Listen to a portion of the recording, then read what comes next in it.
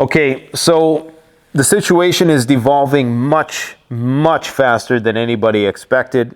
And I'm going to be sharing some unique perspective that I've been gifted today with you and hopefully help you interpret what's going on in the Middle East and around the world. Most people have no idea about the severity of what is currently happening right now. Most people do not know what is going on. And I don't say that in some grandiose, self-important, elitist way. I'm saying that most people do not realize that this is the end of the world as we know it. Now, when you say that phrase, a lot of people interpret that as, oh, well, where's the comet? Where's the nuclear explosion? SHTF is not an event. And I'm not just saying this to make it arbitrary, ambiguous, so, we can say, well, it's the end of the world as we know it, so what do we mean by that? No, there's a very tangible end that's coming. But understand that SHTF is not an event, it's a process. And much worse is the process because it's a slow grind collapse to the finish. What is happening in the Middle East right now? What is happening with these climactic extremes? What is happening with these extreme active shooter scenarios? It's all connected. And I'm not talking about some biblical way. If that's your interpretation, fine. I'm talking about this from the perspective of an empiricist. There is some fundamental malady that underlies human civilization as we know it, which is why the collapse of it is inevitable. That active shooter scenario that recently unfolded, that is a manifestation of a fundamentally sick society. At the foundation of our society, I didn't want to go on tangent monologues in this video, but I have to, okay? Because, this is nothing I anguish over that, oh, the world is ending. I'm ready. I'm as ready as I'm going to be. What I anguish over and what fascinates me is how people can't see it. But this active shooter scenario, understand what this is. This is the canary in the coal mine, okay? This is historically unprecedented. These things are not supposed to happen. People would go rogue, pre-Renaissance, medieval era, but not like this. And there's a reason why, and it's because of a variety of different reasons that we've been taken out of our natural environment and, fill in the blank. But that extremism that is manifesting on an individual level with one man going rogue, that's going to happen on the nation state level. Okay? Extremes. This is the age of extremes. It's the age of consequences. Every time the pendulum swings, it gets more and more intense. I'm not trying to sound like pretentious. I'm just trying to help people understand what is happening. The individual is to the state as the gun is to a nuclear weapon. And while I am a believer in Second Amendment rights, I also know, or whatever we have here in our Charter of Rights and Freedoms in Canada, I also know that the proliferation of nuclear weapons will inevitably beget some sort of extreme active shooter scenario on the nuclear level. All of the extreme events that we are currently seeing in the 20th century, be they just genocides, be they the fact that the Israelis have dropped more bombs on Gaza, I think, than they did than the Americans did through the entirety of the Afghanistan war. I mean, that is phenomenal. We're seeing a quickening of events. Acapulco wiped off the map, well, not entirely, but completely flooded out, hit by a Category 5 hurricane, barely made the news. We had the Hawaiian thing, we had the fires, we had the riots around the world, this tribalism, this pre-World War III tribalism, which is reaching a fever pitch. We got the financial system, which is just teetering. I mean, the markets are taking a giant crap. The powers that be are doing whatever they can to suppress the price of gold because they know once the price of gold, and as I've been told, once the price of gold goes over like $3,500, you'll know the world as you know it has officially come to an end. That will be like the demarcation line, because that will mean that the US dollar has become worth half as much as it is now. And that's what they don't want people to lose faith in the system. Once that gold starts going up over $2,000, there can easily be a runaway effect. And so the smart money, or the big money, looks at that barometer. Is gold going over $2,000? Is it time for me to get out? Anyways, what I'm trying to say is, and I know I'm preaching to the choir, unfortunately, this video ain't going to reach a broader audience, unfortunately. But understand that this active shooter scenario is just another symptom. Just another symptom, and it is going to manifest on a larger level. Extremist, unprecedented events happening in succession. The dominoes are falling one by one, and there is no cure. The cure that is often proposed typically just makes the problem worse. It's like a cold. You're not going to kill the cold. You have to let the cold run its course. The problem is people start medicating, and I'm not saying that, there's not a place for psychopharmaceutical medication. I'm just trying to use this as a metaphor. We try to medicate the symptoms away, but the symptoms are what our body is using to fight the cold.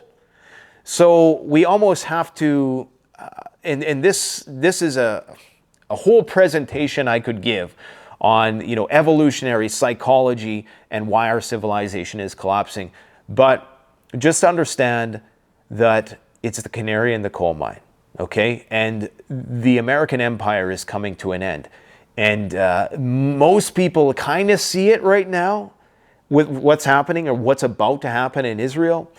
And what's happening in Israel, man, oh boy. Let's talk about that for a moment. Let's talk about that. So what's going on is Hamas today unloaded a barrage of rockets. A barrage of rockets. And you're starting to see the chinks in the armor of the transatlantic military-industrial complex. You're starting to see the weakness, and the inherent weakness is an attritional one. The Iron Dome can only be sustained for so long.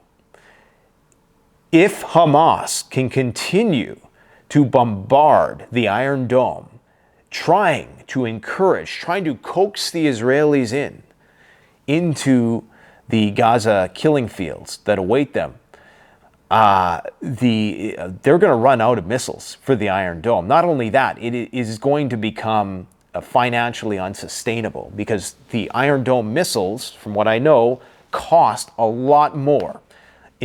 Possibly, I've heard estimates up to several $100,000, possibly more. Some people say it's around $50,000, but regardless, they cost a lot more than a handmade bottle rocket type Hamas missile, okay? So what that means is that we might ultimately reach a point where Israel has no choice. If this is an attritional war, and they're losing the attritional war, and this is why the American military is headed there in part. This is a much broader conflict that is about to flare up in the Middle East, the likes of which most people simply don't comprehend right now. We're talking about this could spread very, very fast to all countries, and we're talking about sky-high oil prices. The price of everything rises. China makes a move. The supply chain collapses. And it ain't going to be necessarily nuclear, but it might as well be at that point, because it's going to make the 70s look like a walk in the park. Now, what will likely happen, because right now they're raiding the West Bank. One of the largest convoys ever to enter the West Bank is entering the West Bank as we speak. If you don't know where that is on a map, I encourage you to get familiar with the so-called Promised Land as soon as possible. Egypt is amassing huge militaries on the border of Israel. We don't know if it's in support of Israel or if it's in anticipation that Israel might be overrun and Egypt might have to come to the rescue. There is that possibility because they're one of the primary recipients of U.S. aid. But understand that right now, as we speak, Israel has its back up against the wall. It has to make a move, and it has, apparently. While this whole active shooter saga was unfolding, they made an incursion into the Gaza Strip, but they have to make their move quick. The rhetoric coming from Hezbollah indicates that they are going to war with Israel, that it is just a matter of time. And remember, as I said yesterday, The aircraft carriers, most of which were docked, were getting resupplied for the last few months. And this tells you that they knew that somebody up the chain of command knew that this was going to be happening long before any of us knew, which is why our friends in numerous prepper food industries notified us that they're seeing massive government contracts months ago. And there was those breadcrumbs, there was those telltale signs that this was coming down the pike. But we have the Iranian army as well putting on large-scale military maneuvers of all ground formations starting tomorrow. And they're putting their military on high alert. They've been preparing for this one very thing. And something that people need to understand about the Iranian military industry is that they're one of the few military industries that are completely self-sufficient. For the most part, they might need a few things from here and there, but for the most part, in spite of US sanctions, they are able to build one of the largest drone manufacturing operations in the world that even the Russians are buying from. Okay, so even the Russians are buying Iranian drones, while Russia, up until about 2 years ago, wasn't nearly as sanctioned as the Iranians were. So they are ready to fight a long-winded war. This is what the Iranian regime, the Ayatollahs, I'm not saying that the average person there wants anything to do with a war with the West, because they are quite secularized.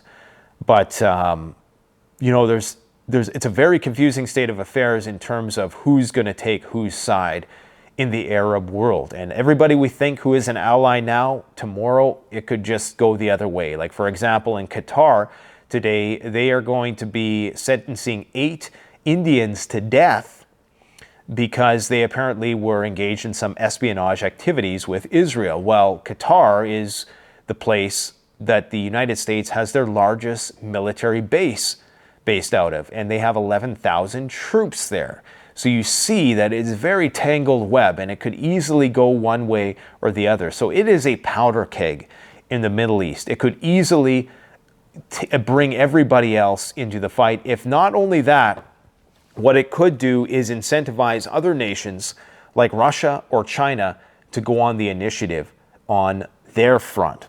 So on that topic, China today decided to send an aircraft carrier out to sea in the Pacific. The Bashi Channel is a waterway that lies between Taiwan and the Philippines. It is a part of the Luzon Strait between the East China Sea and the South China Sea. Now, why would they be wanting to do this? Why would they do this now? Why would they send another aircraft carrier in that direction? Well, many people presume that eventually China is going to put a stranglehold on the Taiwan island, for which everybody there speaks Chinese, Mandarin. Just, if you don't think that it's part of, historically it is. They're the same people, but we're not going to get into that. Two different parties. It's political divisions, and possibly some cultural ones as well. I'm not an expert on China.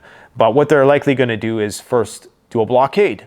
And they're going to say, okay, either you comply or, we're going to continue to put the stranglehold on you. And the Americans are going to be tasked with, well, do we intervene? Can we intervene when the brunt of our military now is consumed by Israel possibly being overrun in the Middle East? And we're trying to keep Israel from having to resort to nuclear weapons. Not that that will save them necessarily. This situation is existential, and people need to really understand that all of these things are connected. Everything I talk about, from the crazy guy that loses his mind and goes and shoots up a school, it's all connected. It all stems from the same underlying anomalous maladies that we find at the core of our system. I mean, just the simple fact that the population of the planet has quadrupled in the last 100 years, that is unprecedented. Just that alone, that one fact is unprecedented. Everything that stems from our house of card fiat monetary system that is built on a foundation of corruption and lies is going to be by virtue, because, what is the old biblical saying? You'll know the something about the tree bearing the fruit. Somebody write it in the comment section. But you'll know the tree by the fruit that it bears, or something like that, right? So if we planted a corruption tree, everything thereafter ultimately has to be in some way corrupt, and that manifestation is in a guy going rogue and spraying up a bunch of people he didn't know, because he didn't have the companionship that he was deprived of, because he no longer has a tribe, and he no longer feels as though he has a community, and he's been thrust into this virtual concrete matrix of deception and lies. And it's tough. But what people will ultimately come to, if you're a person who's into activism, I think that's great. Be into activism. I told you guys I was going to go on tangents and monologues, because I ain't a religious man, but sometimes I like to preach. What was I going to say? Geez, I totally lost my train of thought. I'm trying to be witty. Anyways, all I can say, man, is we need to really be aware that this could be it. This could be it. This could be the point when the aha moment, the panic, where they're no longer able to control the descent. It's like a plane that's crashing, but the pilot doesn't want to freak people out, so maybe he makes it appear like they're just going in for a landing, when really, the landing gear is not going to deploy, and they're going in much steeper than they should. China today grazed a bomber, a U.S. bomber, I believe, that was flying off the coast of, it was in international waters, one of those classic situations of I'm not touching you, right? So don't hit me back. But clearly, any nation would scramble a jet and would be like, what are you doing with this bomber in international waters? Whether you're in international airspace or not, doesn't matter, that you're that close, that you wouldn't, show the respect for our borders and the fact that we're a nuclear superpower. So what do you expect? But it's just another indication that something's going on there that we don't know. We'll be the last to be told. This is why the Chinese are sending out the aircraft carrier. The Americans probably know exactly what's going on, but they probably also know that they're spread quite thin. What's going on in Russia, both sides are saying that they've made some fairly large strategic victories. Ukraine is claiming that the ATACMS were able to bypass S-400 missile defense systems and take out 3 of those systems. They didn't specify if they were just talking about the launchers.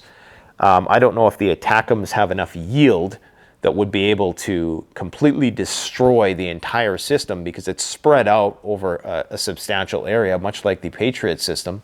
You'll have to go and just Google a diagram of how S-400 or how missile defense systems work. It's a network of different components. And Russia claims to have shot down 24 Ukrainian planes in just the last 7 days, utilizing a combination of their S-400 systems and their AWACS planes, which are like recon planes, surveillance planes, which are able to guide the missile to its destination more effectively. Okay, so that this extends the range of the S-400 system. Some people are even speculating that they're utilizing the Su-57 system, the newer plane. I think they only have 4 in operation right now, with a new missile, undisclosed missile. So both sides are claiming strategic wins. Understand, if Russia gets its S-400s defeated by ATACMS, if it's found that the U.S. basically NATO's proxy, the Ukraine, is able to defeat Russia's missile defense, then Russia will be left with no choice, because that's the first thing that you have to remove if you want to really go on the offensive, is you have to get rid of their missile defense. And this is how we could see a nuclear escalation in that theater. And we will start to see Ukraine slowly creep back into the news once again. It's going to reach a point where all of this stuff is going to be white noise. Like today, there was another missile as we speak, just heard about this 2 minutes before I started the video, that apparently hit Egypt somewhere. Another errant missile fell on Egypt, and I believe it destroyed a building. I don't know if there's any casualties. But, of course, there was casualties from an Israeli artillery strike, inadvertent, of course, but nonetheless targeting the Rafah border crossing because they suspect that there's some kind of shipment of weapons going in, and now they have the justification with the rockets coming in. So what are we going to see? We're going to see more bombardments. However, that doesn't come cheap. You know, ammo is not indefinite. And unless NATO completely goes on a war footing, which it looks as though we are, once the economy tanks, that's what's going to happen. The ration books, the whole 9 yards, the military draft is coming. Understand, excuse me, that the only way they're going to be able to turn it around is to start manufacturing weapons on a scale never before seen, on an unprecedented scale. Otherwise, Israel would be left with no choice but to utilize nuclear weapons as some last-ditch threat, and they're going to have to go to the source. They said they're going to cut the head off the snake. They're talking about the Iranians. First, they'll probably go to Hezbollah in Lebanon, and then they'll target the Iranians who've been preparing for this very moment. And it doesn't matter if Israel has 300-400 nukes.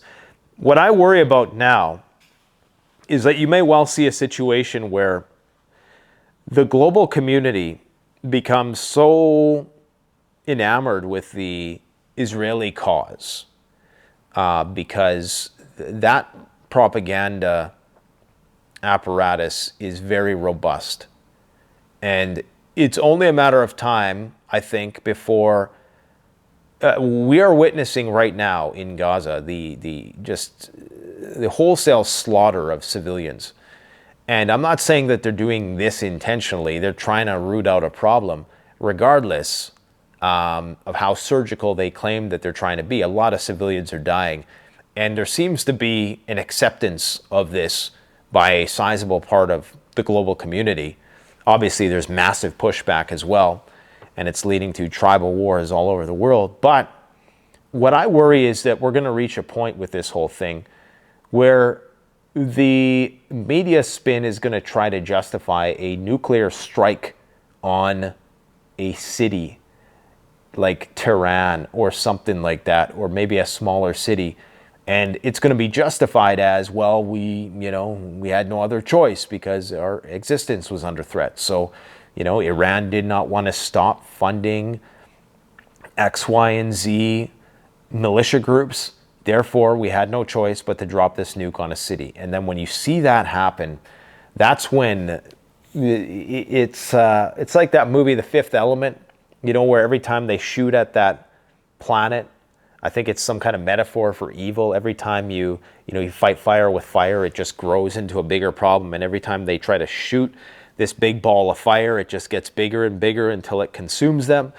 And I think that's what's going to happen. They're going to use a nuke in some part of the Middle East and thinking that it is going to scare people, which it won't, because of course this is one of the places where it likely won't work, because you have so many people who believe that in the afterlife, if they give themselves to whatever cause they claim to represent, that they will be gifted in the afterlife. So I'm very concerned that that's how the situation can unfold. I do think that this exchange would be limited to the Middle East, but you just never know, because you have players who rely on cheap crude, and countries like China who rely on the oil from the Middle East. Yes, Russia is one of their primary suppliers, but they don't want to be beholden to them entirely as well. They want stability, relative stability, so they can be prosperous and they can continue to grow and build up their war machine, right? So that they know at some point they're going to have to go to war with the United States. They want more time to prepare still. So they're going to need some stability, and that means that they might get involved in some way, shape, or form. Now, if they get clipped, what happens if a Chinese warship gets clipped? What happens if some errant missiles from somebody hits a superpower, hits a Russian plane in Syria? or something to that effect. Does that mean that Russia is going to, pile right in? No, I still think Russia's primary interest, because they have all the resources they need. They do probably want to keep the Western influence in the Middle East in check and create that balance of power. But they have all the resources they need. They don't need the Middle East from a resource point of view. They only need them as an ally to keep the West down while they work on what likely will be their ultimate goal, which is the Eastern Europe, to reconquer that. And I was talking to Joel Skousen today, and he had some very unique insights about that, about how they left a lot of ethnic Russians in these countries, and that this was kind of the 4D Machiavellian chess move, that with having these ethnic Russians in the countries, Baltic states, excuse me, it ultimately will amount to some sort of persecution of those people in those states, which will be justification for Russia to come to their rescue, just like what happened in Ukraine and the Donbass. Only that might start happening in the Baltic states, which it appears it is, with some, Russian speaking and the banning of Russian vehicles. We may be a little ways away from that yet. And of course, people will say, well, it's a part of NATO. Well, yeah, they're also separated by the, the Baltic Sea, right? So, there's a few inroads there, but if they get Poland, if they get the Baltic states, then I think that's probably what they want. They want that Soviet reunification. And some people will say, you're just spinning propaganda. But again, it's important to understand that every leader in the world, they're not just all good, okay? They're not just, okay, because our system is corrupt, that means that everything Putin and Xi do is corrupt. They're motivated by the same thirst for power as everybody else. Sure, Putin might have some more noble, motives, and he might, truly appreciate and respect the people who fought in World War II and all this stuff, and he might truly believe a lot of that stuff, but that doesn't mean that, that the world that they create, the global order they create, is going to be better. It's going to be just as bad, if not worse, right? I mean, you say what you want about the dilapidated cities in the United States, at least you have the freedom to pick and choose where you live and how you live your life, even if it is going down the pisser real fast, okay? So things are on all three fronts. In the East, China is moving military equipment. They're moving their navy. It appears as though they're getting ready to do the encirclement of Taiwan. In Ukraine, we have what appears to be now a shooting match with ATACMS missiles and planes, and more strategic fighting going on. Of course, we have a lot going on in the Black Sea. The Russians are seeing the Americans getting very close in the Mediterranean. We're seeing the Turks start to be very standoffish with Israel. And whenever you have economic contraction, you're going to have conflict. And that is what we're seeing today. So I hope that made a bit of sense. I hope I gave you some stuff to think about. Another thing I will say, going back to what I was saying with respect to extreme events and how we're living in the age of extremes, just understand that, and I'm going to read this to you. This was a tweet I made, okay? You can take all the guns away, but people will be sick. They'll still be sick. Even if you take all the guns in society away, the thing that made that guy lose his mind is still going to be there. It's just going to take on a different form. And then what you're going to have when you take all the guns away, you're going to have a government birthed from that same sick society who will now have all the guns. Then that government is going to rage out just like the active shooter did when the time comes. They're going to lose their mind. And this is called totalitarianism. But it's worse. It's a worse form of totalitarianism.